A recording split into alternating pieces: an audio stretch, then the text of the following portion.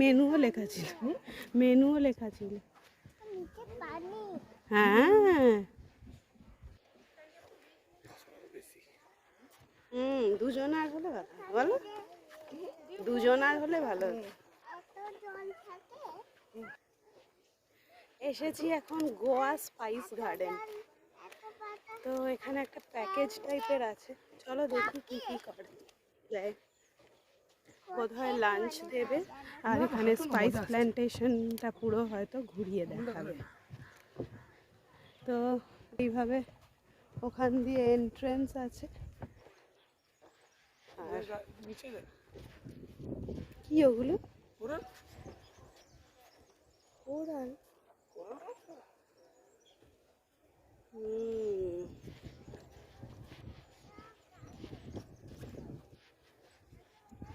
এখানে টাইম লাগবে।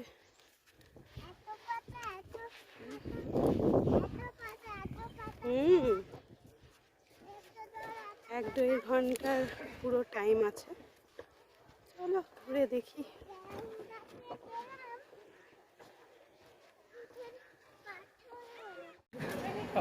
এখানে আছে, ঢুকেই আছে। অ্যাকচুয়ালি টাইম দেরি হয়ে গেছে বলে আমরা আগেই লাঞ্চ করে নেব।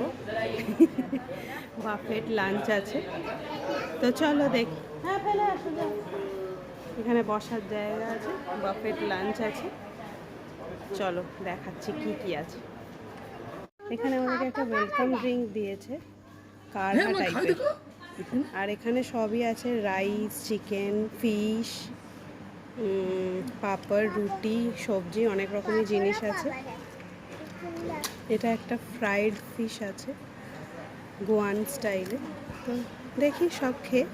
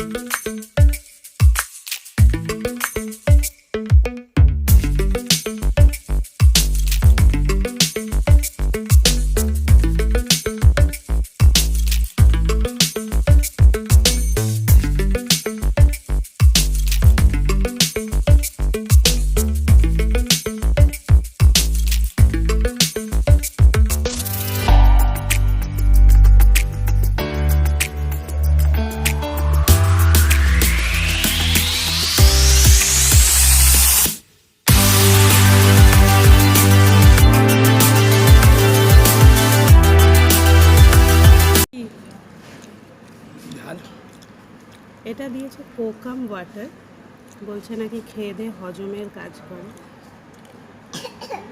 খেয়ে দেখো কেরাম, কেরাম টাইপের, লেবু খাট্টা একটু মিঠা মশলা আছে।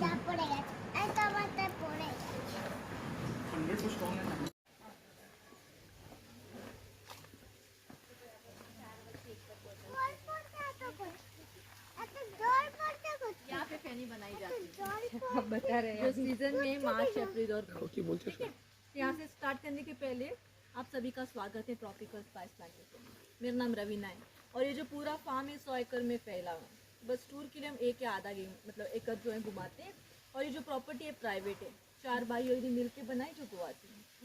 यहाँ से स्टार्ट करने से पहले अभी काजू जो बनती है, काजू की जो फैनी वो फल से बनाई जाती है, काजू के नट से नहीं, क्योंकि नट में एक एसिड होता है जिसको एनाकारी के नाम से जाना जाता है। अगर आप इस नट को निकाल के मुंह में डाल के चबा के खाओगे तो मुंह सीधा जल जाएगा, अंदर से भी और बाहर से भी। तो इसीलिए हम इस नट को सीधा फैक्ट्री में बेचते हैं, वहाँ पे उसकी रोशनी वगैरह कर दी जाती है और हम सिर्फ इस फल का इस्तेमाल करते हैं। पैरों में गम वुड डाल के हम फल को अच्छी तरह से पहले क्रश करते हैं।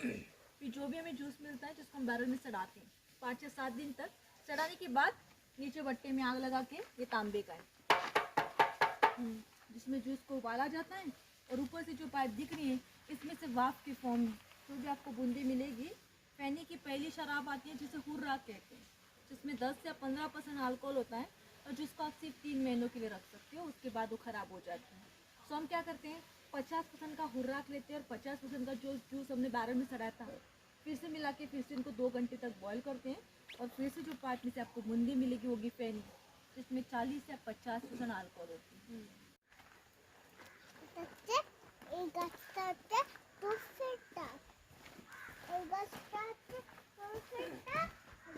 আন্টি বলবে কি লাগে হেঁটে হেঁটে চলো মাম্মা।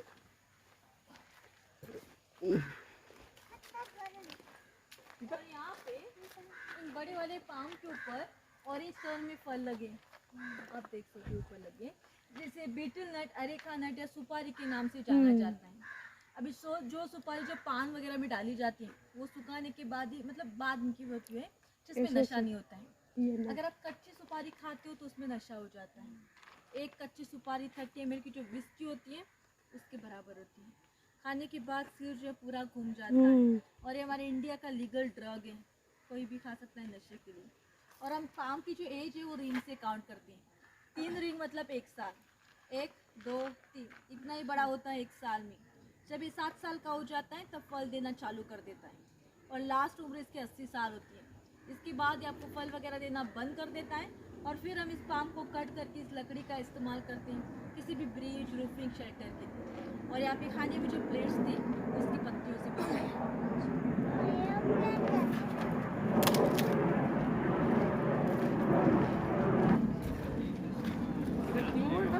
સુપારી ગાছ બીટલ ના टेक्निकली जो आ जाए बद्दी इंडस्ट्री में नाम ये 5वें नंबर पे आती है सबसे ज़्यादा तीखी मिर्च, जिसे पीरी पीरी या पेरी पेरी के नाम से जाना जाता है। हिंदी में इसे लौंगी मिर्च कहते हैं। ये बस 1 या 2 सेंटीमीटर की होती है। पहले ग्रीन में आती है, फिर पकने के बाद लाल हो जाती है, जिसको हम निकाल के सुखा के पाउडर करते हैं और यहाँ पे खाने में पापड़ थे वो इसी मिर्ची से बनी गई थी। तो ज़्यादा तीखे नहीं थे क्योंकि हमने ज़्यादा नहीं डाला।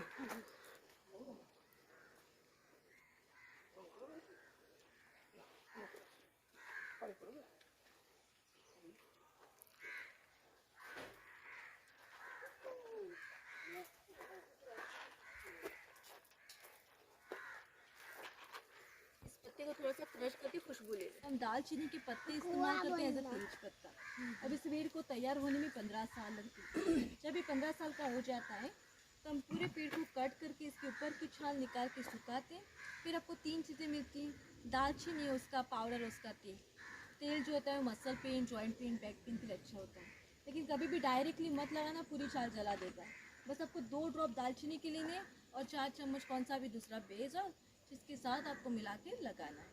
अभी आप मार्केट में से कौन सी कलर की दालचीनी लाते हो? ब्राउन कलर की, सेम ब्राउन कलर की। कभी लाल या मरून कलर की दालचीनी देखी? जो इंडिया में ज़्यादा मिलती नहीं है, रेयरली मिल जाती है। कभी दिख गई तो लेना मत, टोटल डुप्लीकेट होती है। क्योंकि हमारे इंडिया में 2 तरह की दालचीनी के पेड़ हैं, सिलोन और कासिया। अब ये जो है एक कासिया का है, जिसकी छाल में आपको स्ट्रॉन्ग खुशबू आएगी, पत्ते में लाइट आती है। और सिलोन के पत्ते में ज़्यादा खुशबू आती है, जो बिल्कुल पतला और लंबा सा होता है, जो खुशबू में ओरिजिनल होता है, लेकिन उसके छाल में कुछ भी नहीं होता है। सो वो लोग उसकी छाल निकालने के बाद कलर डालते हैं, थोड़ा सा एसेंशियल ऑयल, ताकि आपको खुशबू आ जाए, और मार्केट में रोल करके बेचा जाता है। सो जब भी आप दालचीनी लेते हो ना तो थोड़ा सा टुकड़ा खा के देखिए, अगर वो मीठा और तीखा है तो ही वो सही है। अगर खाने के बाद आपको तीखापन नहीं मिल गया तो टोटल डुप्लीकेट है। इसे इंसुलिन प्लांट के नाम से जाना जाता है। उसको थोड़ा सा घिसना पड़ेगा आपको छाल को, तभी खुशबू आ जाएगी। ये शुगर के लिए बहुत ही अच्छा होता है। कैसे यूज़ करना है? बस इसे एक कच्चा पत्ता निकाल के चबा के खाना है खाली पेट पे सुबह।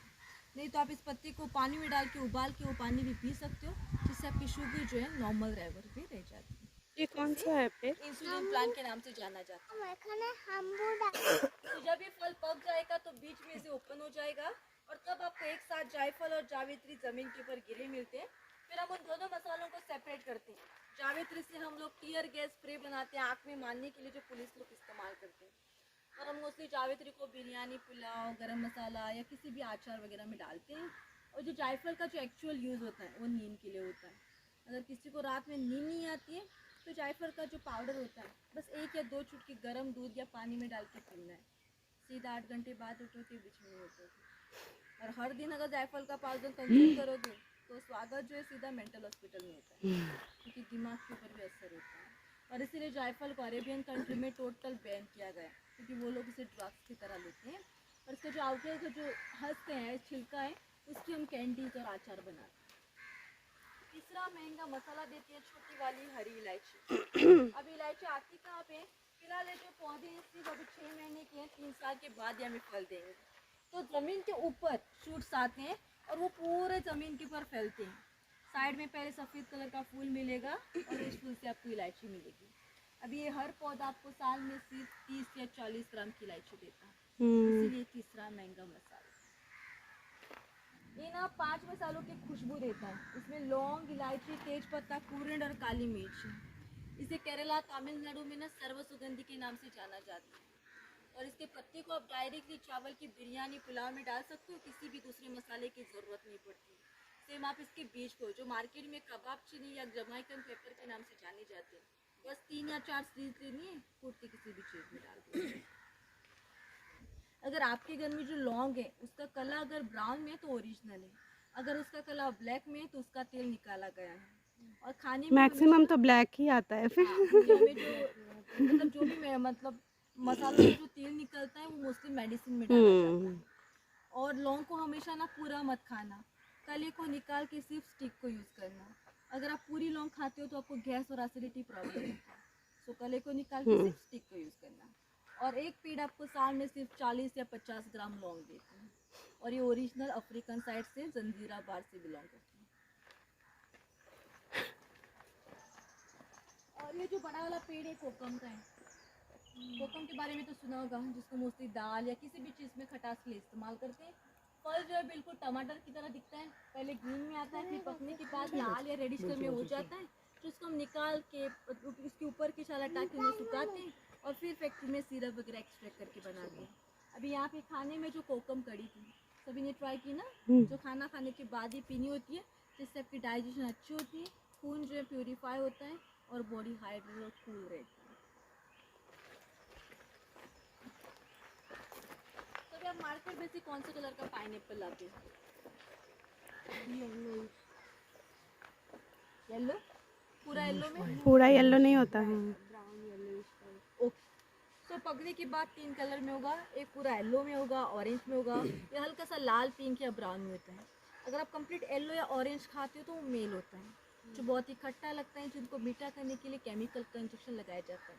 और जो पाइनएप्पल हल्का सा लाल, पिंक या ब्राउन में, वो फीमेल होता है, जो नेचुरली बहुत ही मीठा होता है और जिसको इंजेक्शन की ज़रूरत नहीं पड़ती। अगर आपको मिक्स मिल रहा है, हल्का सा येलो और बाकी का ग्रीन में, तो उस पाइनएप्पल आप मतलब ऊपर की जो पत्तियाँ आती हैं उनको चेक कर लो।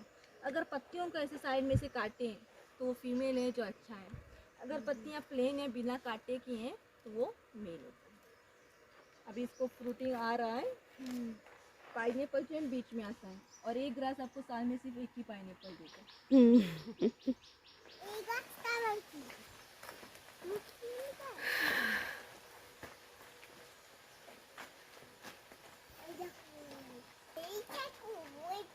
यहाँ पे ऊपर आपको लाल कलर में सीड्स और बीज जो दिख रही हैं, ये कॉफी है।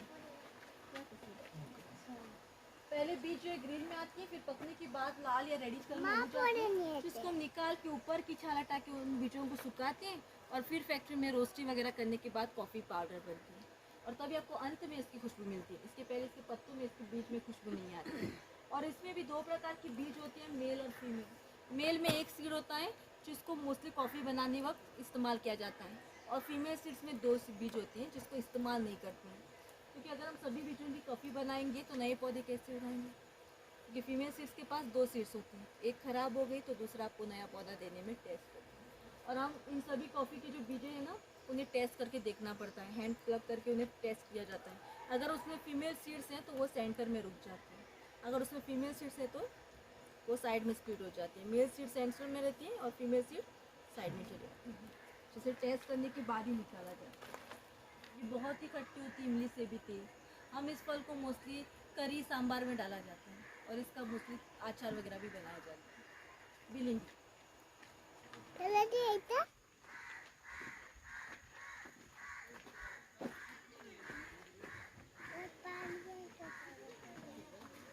तो अभी दुनिया का सबसे पहला महंगा मसाला कौन सा है? यहाँ पे उगता नहीं है, जो सिर्फ जम्मू और कश्मीर में उगाया जाता है, जिसको मोस्टली खीर वगैरह में डालते हैं। सैफरन, केसर जो सबसे पहले नंबर पे आता है, तीसरा है हरी इलायची, चौथा है लौंग, पांचवा है दालचीनी। और इस पाम के ऊपर एक जिगजैग फॉर्म में ऑर्किड चढ़ा है। जो आपको दुनिया का दूसरा महंगा मसाला देता है जो है वेनिला, जिसको भारत में सिर्फ आपको एसेंस मिलता है, पूरा केमिकल का होता है। लगाने के बाद ये 3 साल के बाद आपको फूल देगा। उस फूल में से बीज को रेडी होने में 9 महीने लगते हैं। जब वो येलो में पक जाती है, हम उस पौड़ को निकाल के सुखाते हैं आधे घंटे के लिए, और एक कपड़े में बांध के छांव में रख दिया जाता है 2 महीने तक। और जब वो पौड़ ब्लैक या ब्राउन में टर्न होता है, आप उसको डायरेक्टली यूज़ कर सकते हो किसी की खाने के आइटम में। लेकिन हम लोग हमारी जो रियल वेनिला की पौड़ है उसको हम यूके और यूएसए में बेच देते हैं, क्योंकि सिर्फ उन 2 ही देशों के पास सीक्रेट फार्मूला है उस पौड़ में से तेल कैसे निकालना है। जो भी हम भारत में एसेंस खा रहे वेनिला के नाम के ऊपर, पूरा केमिकल को रहता है, और जिसको खाने के बाद आपको कैंसर हो जाता है। अगर आप रियल वेनिला का तेल बाय करने जाओगे बस 5 या 10 ml का, तो 10 या 20 हज़ार तक पड़ जाता है। और इतना महंगा तेल, एक तो मेडिसिन में केमिकल की स्मेल को हटाने के लिए 20% परफ्यूम कंपनीज में, और 30% पेप्सी एंड कोका कोला जो सॉफ्ट ड्रिंक होती है, जिसमें एक पॉस्पर नाम का केमिकल होता है, जिसको पीने के बाद हमारी शरीर की हड्डियाँ गल जाती हैं, और उस पॉस्पर की मतलब भयंकर बदबू आती है। वेनिला के तेल से वो भाग जाती है। वैन ওটা পরে জুম হবে। इस मटके में नॉर्मल पानी है जिसमें थोड़ा सा लेवेंडर का तेल है, और ये जो ट्रीटमेंट का नाम है, इसका नाम है ठंडा ठंडा कूल पानी। ये मैं पानी आपके स्पाइनल कॉर्ड के डालूंगी, पीछे डालूंगी, जिससे आपकी पीठ की मसल रिलैक्स हो जाती है और थकान भाग जाती है। कपड़े पे दाग धब्बा वगैरह कुछ नहीं आता है, एक 10-20 मिनट में कपड़े सूख जाते हैं। आपसे स्टार्ट करिए सर। क्या डाला अंदर? लवंडा। हाँ चलिए। हाँ जी। ঢালবে? হ্যাঁ সবাই ঢালবে, যে মা ঢালবে।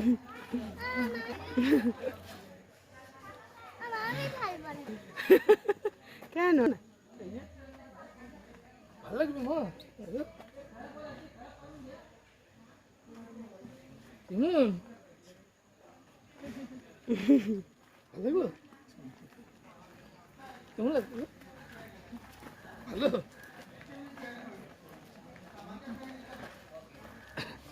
আমাকে সব ভালো লাগে। হয়ে গেছে? উপরে কোথাও পেনি আছে। চলো ওখান থেকে খেয়ে নিই। বন্ধ করো। তুই আন। হ্যাঁ দেখ কিছু নিবি তো দেখ। বেশ ভালো একটা এক্সপিরিয়েন্স নিয়ে ফিরছি, ভালো লাগলো, বেশ সুন্দর লাগলো। আর একটা এই যে ইলাচের প্যাকেট কিনে নিলাম, খুব সুন্দর স্মেল। এরা বোধহয় নিজেরাই এখানে এগুলো মানে উগায়, তো ভালোই লাগলো। চলো এবার বেরিয়ে যাচ্ছি স্পাইস গার্ডেন থেকে। নেক্সট দেখি আবার আমাদের আজকে রাত্রেবেলা ট্রেন আছে মুম্বাই যাওয়ার, তো এখনও কিছুটা টাইম আছে হাতে। তো এখান থেকে বেরিয়ে আরও দেখি কয়েকটা জিনিস দেখে সোজা চলে যাব মাডগাঁও স্টেশন, আর রাত 8টায় আছে মুম্বাইয়ের ট্রেন। তো ফিলহাল মনে হয় গোয়াকে বাই বাই বলার টাইম এসে গেছে। চলো।